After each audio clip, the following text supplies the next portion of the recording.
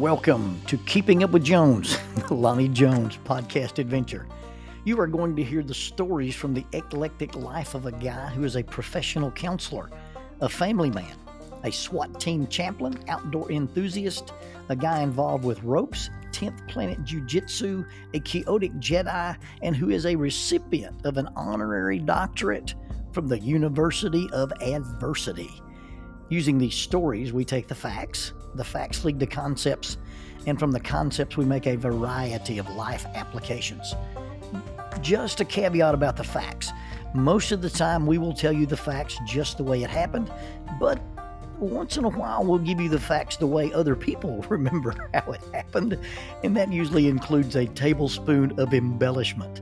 No harm is meant, just good, clean fun for educational purposes. Please subscribe and share this with your friends. As always, we thank you for keeping up with Jones, the Lonnie Jones podcast adventure. Faulkner University introduces the Master of Arts in Christian Counseling and Family Ministry. Many youth ministers are not well prepared for the complex challenges facing youth, parents, and families today.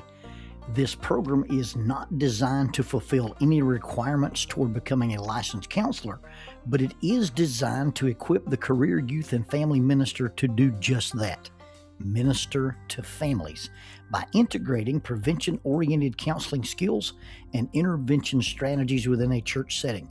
The courses include, but are not limited to, counseling skills, counseling couples and families in crisis, family dynamics, human intimacy and sexuality, parent and character education, as well as church assessments. All courses may be completed online from the convenience of your home or workplace and at the time that fits your schedule. Most courses are only 8 weeks long. There is a 60% tuition discount for members of the Churches of Christ. Visit the website faulkner.edu/KGST. KGST stands for Curley Graduate School of Theology. That's faulkner.edu/KGST, or contact Jimmy Holland, Director of Biblical Studies Recruiting, at jholland, HOLLAND, jholland@faulkner.edu with any questions or to find out about the eligibility requirements for the tuition discount. Faulkner University is a sponsor of Keeping Up with Jones, the Lonnie Jones podcast adventure.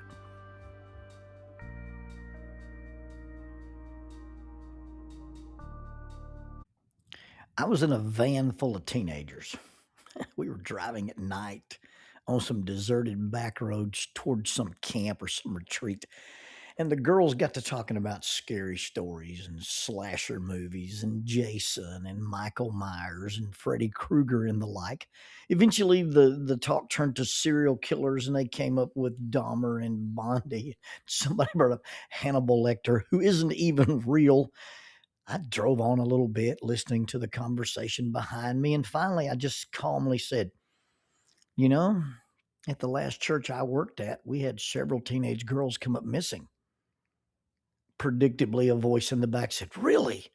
What happened?" And I said, I don't really remember. I was having a lot of blackouts back then. The van got very, very quiet for a long, long time. And of course, I eventually had to tell them it was a bad joke done in bad taste. But then they wanted me to talk about scary stuff. They wanted me to tell stories about things I'd heard or things I'd seen. And I was unwilling to tell them the very few and rare experiences I've had on that side of that realm. Number one, I didn't want them to get the wrong impression about me and what I believed about such things. And I didn't want them to get the wrong impression about such things. And to be quite honest, I wanted them to be able to sleep at night. So I didn't tell them my monster stories, but I made up a monster story. All cultures have legends. And all legends have some basis in either recorded history or some type of diluted oral history. I think if you look at the howler monkeys or the large baboons that have the canine snouts and the manes on their head, kind of like a lion, and then they have similar hands to a human, and their footprints almost look human. I think if you took one of those and you turned him loose in the moors of England, and nobody knew you had an exotic pet like that, and you saw one silhouetted in the moonlight, and then you tried to track him and you saw their footprints, I think you could easily come up with, hey, that's a werewolf. That was a small wolf, and its hands and its feet are changing, and it looks human. I think probably some of the earliest traders, travelers, could have run into some people with interesting shaped eyes and golden color skin and very exotic swords who already knew about luminaries and gunpowders. And I think you could easily come up with why people would believe in elves and, of course, the dwarves. I think all of those legends, all of those stories have some basis in reality. My brother used to include in his campfire stories, you don't want to know what's out there, because the people who see the things that are out there don't get to talk about them. People who know what's out there are still out there. I had some conservation Karen get all worked up at me on Facebook one time. I was making some kind of inappropriate joke about killer whales eating people, and she quickly reminded me that there's never been a reported attack of a killer whale in the wild. Well, that's because people who get eaten by things in the wild don't write reports. Now, I'm not trying to impinge the reputation of a killer whale, but it's called a killer whale for a reason. Anyway, so we're driving down this long, deserted road, and I began to spin some tale about a vampire like creature. Not necessarily a vampire with the pasty face and the Bela Lugosi good evening kind of thing, but basically just a predator, a bat vampire, not a vampire bat, but a bat vampire. And they have enough smarts that they only eat transients. They only eat homeless people. They only eat hobos. They only eat hitchhikers. That way, these people are never missed. They're never reported missing. They eat loners. How many times have you been driving down the road and just seen a random shoe? Just one shoe all by itself. Just think about the number of times you've been driving and just look on the side of the road or in the middle of the road, and there's a shoe, a boot, a sneaker, a hiking boot, just a shoe. Well, that's how you know one of these bat vampires is in the neighborhood. You see, they secrete this liquid that works like an adhesive, and the victim steps in it, and they're stuck and they can't get out. And while they're struggling to get out of their shoe, the bat vampire snatches them from the sky, pulls them out of their shoe, and carries them off. The adhesive on the shoe dissolves, and the only thing left behind is one lone shoe. Now, I don't remember all the details of the whole yarn I gave them, but I gave it my best creative shot. I gave it my best creative flair. I tried to spook them out really good. You should have heard those girls on that trip every time we saw a shoe on the side of the road. And even to this day, if we're driving down the road and Jackie sees a lonely shoe on the highway, she'll make some kind of remark out of this creature that I made up, the bat vampire. We have a young lady that's using our guest room this summer. Her name is Serenity. She was living with her older brother, and he got married, so she needed some temporary housing, and she occasionally comes over and stays with the dogs when we go out of town. So she's super comfortable at her house. She's comfortable being there. She's comfortable with the dogs. She kind of uses the room like it's her room, and the dogs are cool with her. So Serenity is at our house, and Serenity works at Whataburger, and she leaves most mornings before we get up. I had to get up real early the other day. I was going to go ride along with the SWAT guys when they served a warrant. And so I got up well before daylight. Imagine my imagination when I walk out of the house around 5:15 and there in my driveway is a shoe, a slider, a croc version, rubber sandal-like footwear. I've got just a shoe lying in my drive. And not 2 feet from it is another shoe. Now, I've never heard of the shoe bat vampire leaving both shoes, but since these are sliders, I could easily see how when somebody was picked up, they dropped the other shoe. Cautiously, I looked up into the sky. I think it got Serenity. I and then I realized her car was gone, and so the shoe bat vampire didn't get her.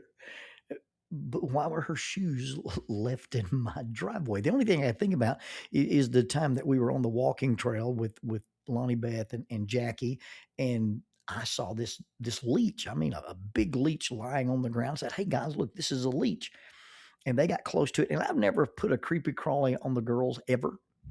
I learned that well from my dad. Hey, you don't scare your mom with these things. So I've never scared Jackie with anything like that. I've never scared Lonnie Beth with anything like that. But I knelt to pick up this leech, and when I touched it, I heard, and I look up and I see Lonnie Beth running in one direction. I see Jackie running in the other direction, and Lonnie Beth's flip flops. One is lying on its side, and one is completely upside down. She's run out of her shoes, and I can only imagine something frightening Serenity and running her out of her shoes. I can't wait to hear this story. Now, it's been a minute. Lonnie Beth is 37. It's been a minute since we've had a young female at our house. And so she comes in the afternoons, and we ask, "How was your day?" And then we get to hear about her day every minute, every nuanced encounter, every difficult coworker, every creepy dudes that flirt with Whataburger girls, and the gentle adventures of a young lady has a plethora or a plethora of delightful eccentricities as she navigates life. So I embraced myself when I got home that evening. I'm going to find out, why are there shoes lying in my driveway? Well, I pull into the driveway, and the car was parked on the opposite side of the driveway from the dogwood tree. She normally tucks it in just under the dogwood tree on the grass so she won't block Jackie and my vehicle when we try to get out. She normally parks in this little dogwood, but on this afternoon, she parked all the way on the other side nearly in the neighbor's yard. I walked in, she and Jackie were in the kitchen, and all I heard was spider. It was a giant spider. Her phrase is, "I'm not even going to lie." And when Serenity says, "I'm not even going to lie," it is tantamount to hearing somebody that you're encountering on the street with the police saying, "Hey, what had happened was," and so I'm not even going to lie. There was this gigantic spider, and it had built its web from the tree to my car, and I couldn't get in my car. The video, and she did try to video it. The video is pretty funny. She's trying to get in her car, and a harmless orb weaver spider, a harmless garden spider, has built a web from the tree to her car. And she says it was ginormous. I haven't seen the spider. I can't see the spider on the video. All the video shows is this light shining into the pre-dawn darkness, and all of a sudden a shoe goes flying over the car. And apparently it misses the said monster spider by enough distance to require another shot, and that shot misses bad enough that it requires a reload. I don't know if the image of a sock-footed Serenity standing and throwing shoes at a spider, then running around the back side of the car into the wet grass on the opposite side of the car to retrieve her shoes, run back, reload, and throw them again. I don't know if that's accurate. I don't know if she has a spare pair of spider-killing shoes in the car just for this purpose. My imagination is nowhere as funny as the actual event, I can assure you. And this is the price one pays for not having cameras on the outside of their house. Well, at some point, eventually, the spider is going to be made homeless. Serenity gets in her car and goes to work. I know this is true because the car was gone when I walked out. The car was back when I came back. I won't even I won't even talk about the cognitive dissonance of talking about a girl named Serenity and the panic she must have been exhibiting while she was trying to deal with the spider. So you can't put serenity and panic together, but it does happen, I guess. I'm not sure throwing my shoes is my first line of defense. Here I am in the dark with a girl eating spider, and now you're barefooted. She doesn't do jujitsu, so there's no reason for her to be barefooted in a fight for her life. But that's her chosen defense, is to take her little shoes and throw them at the giant spider. We have garden spiders at our house because we have a garden and a lady gardener. We have gardens in the front, we have gardens in the side, we have gardens in the back, and the gardens attract insects, and insects attract spiders, and spiders connect their webs to things. Garden spiders come with gardens, or at least they move in when you have a garden. Now, I have yet to see this specimen. This particular spider is not clear in the shoe assault video, but I'm reasonably sure it's not as big as Serenity says it is. I'm reasonably sure it can't open a car door. But then she's not the one whose first thought was the bat vampire got Serenity when they saw a shoe in their driveway either, so I can't really fuss about her imagination. Now, I have to give her some marks. I have to give her some credit on negotiating this problem. And the first thing I'll say is she didn't let her fear completely control her and keep her from going to work. A lot of times we take the things that we're afraid of, we take the things that are adverse, we take the things that are difficult, and we use them either as excuse or permission not to do the thing that we're supposed to do. I don't know how late she was, but by the time she threw, looked for, retrieved, and re-threw her shoes, I bet you she didn't get there on time. But ultimately, she didn't let the spider keep her from doing what needed to be done. Secondly, she used the resources she had available to deal with the spider. She used the only weapon she had. She used the shoes in order to manage the distance between her and the arachnid menace. Whoever manages the distance manages the damage. And instead of going over there and trying to move the spider with her hands, or instead of trying to do something close range, she stood back, and as inaccurate as it was, she continued to throw her shoes at, and apparently eventually one of the shoes made contact and she was able to get in her car and leave, but she did it with the appropriate amount of distance between her and the difficulty. Thirdly, she was not afraid to abandon something she really didn't need. Once she got the spider web moved, instead of worrying about her shoes, she got in her car and she left. She easily let go of her shoes, literally let them go by throwing them, and then let them go by just leaving them in the driveway, and she left them behind. The shoes were functional in getting the spider out of the way, but she didn't have to have them to get into her car, and apparently she didn't have to have them to go to work. So since she no longer needed that resource, since she no longer needed that strategy, she just left it behind, leaving me to wonder about her fate and the bat vampire. Fourthly, she modified her parking strategy when she came home in order not to deal with the spider again. Some young people, and especially some young ladies, don't learn from experience. Sometimes none of us learn from experience, and we get involved in the same situation with the same type people over and over and over again, when it's pretty easy to see that if you simply change your environment, you change some of, if not all of, your stressors. You may not be in control of the environment, but you can control whether or not you expose yourself over and over to that same type environment. And then lastly, and we've loosely mentioned this, but she didn't let her fear control her. You see, she admitted she was afraid of spiders. And she may even admit that her fear of spider makes her overreact. But even though she was afraid, she still confronted it, because it was standing between her and the thing she needed to do what she needed to do that day. She confronted it so she could use her car and go to work. Now, she could have came in the house and woke us up and asked us to drive her to work. She could have decided, you know what, I think I'll just walk to work. But instead, she controlled her response to her fear, and she got past it, and she did the things she was supposed to do that day. I know a lot of people who, given those type situations, Little Miss Muffet and abandon the tuffet, courage, and way rather than deal with any kind of a spider they run into in their life. And just because you have a spider in your life does not give you permission not to function in your life.